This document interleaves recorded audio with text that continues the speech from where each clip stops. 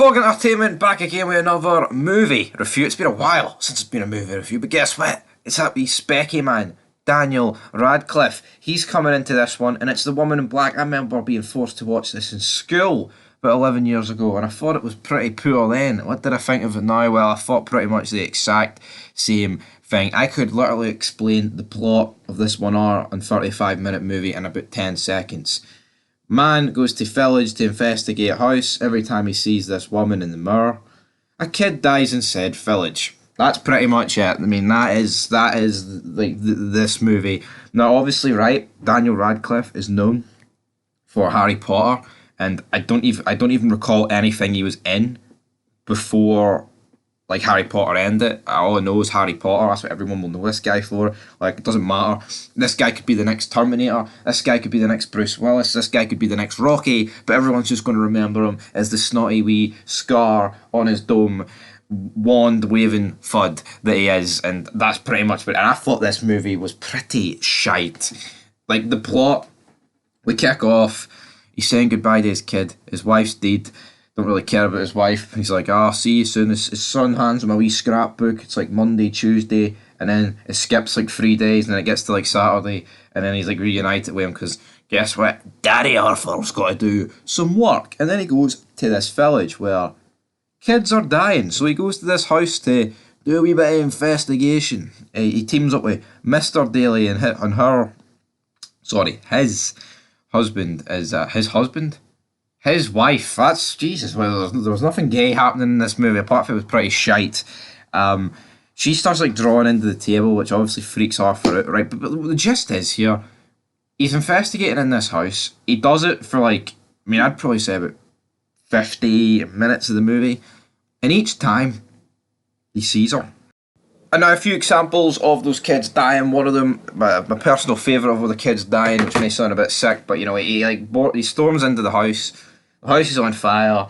He's trying to rescue this kid, and then they just pour gasoline over themselves, and they just completely and utterly ignite. We have another instance where one hangs themselves, another one where one overdoses, and you know, they kind of are just generic deaths, getting run over, etc., etc., etc. Because the woman in black, she was seen, and like before anyone goes, but he didn't know that he was causing all these. I did. Everybody in the town was literally like, every time you go to that house, one of our children dies. And here he is, continuously going to that house. Like, I hate movies like this. Like, and they weren't even portraying it from a point of view of, he's obsessed with this case. He has to fucking find out what's happening. He knows what's happening. He's just getting kids killed at the end of the day. And what it boils down to, after he constantly goes back and forth to this house, man, it's like the doors are getting locked. He's then going to try and find a way to open it, and then the door's magically open. He takes Mr. Giller's dog, which was a pish dog. It wasn't a good dog. It was like a dog. It was like 1 foot. I say 1 foot. I mean, it was a midget dog. It was pish. It's like I don't even know what you would call this dog. A shite dog. That's what we'll call this dog. Takes that with him. The dog does not help him in the slightest. You think the dog would bark considering there's like supernatural beings in this house, but the dog wants none of it. The dog just wants some pedigree and to sit there and to shite itself and not to worry about a thing. And essentially he's like, this woman in black keeps taking children because it's not reunited with its child. So what he does is he gets Mr. Gillers, they go to the swamp or whatever, and then they like dig up the kid's coffin. But like that Gillers guy's like, no one knows where the child went to. No one knows where it went. So like, no one knows where it went to, and then like the next scene, here they are, digging up the body, where like, you know, dragging the coffin out of the swamp. So hold on, no one knows where it went to, but when the next scene we know where it went to. I hate shit like that, man. Why does that line about no one knows where the kid's body is need to be there? Why is it not a case of, well, you know, with a general idea of where it went to, but, you know, no one actually bothered looking for it. That would suit much better, in my humble opinion. They get the kid back, they put the body beside the woman in black. You think it's all going to be good, but then crazy stuff starts happening in the house. Mr. Gillers starts seeing his kid that died. He's like, oh no, Daniel's getting battered by the ghost upstairs.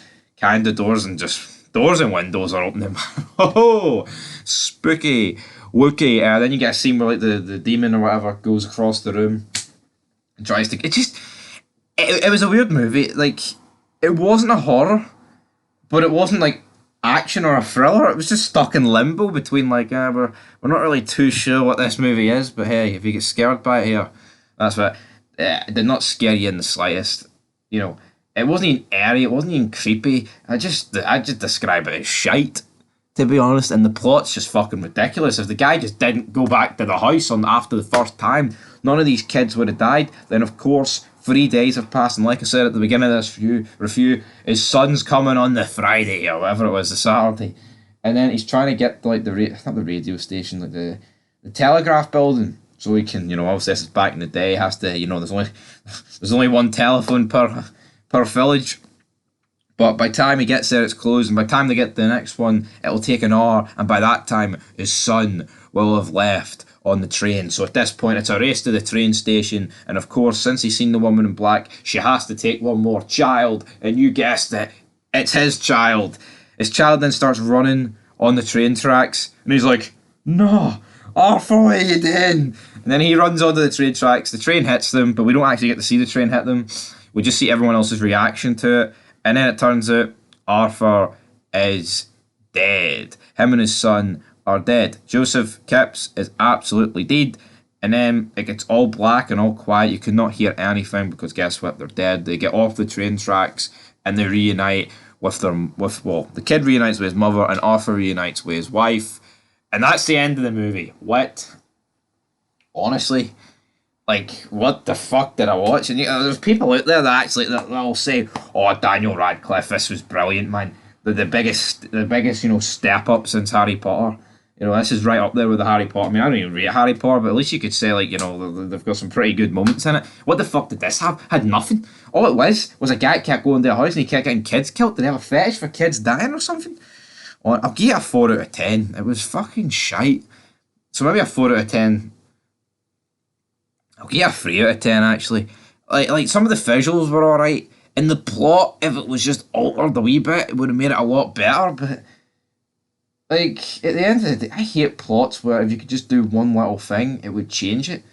And like if he just stopped going to the house, he could have avoided his own death, his kid's death, and about, the whole village's kids, because I think by the end of the movie there is no kids left in the village.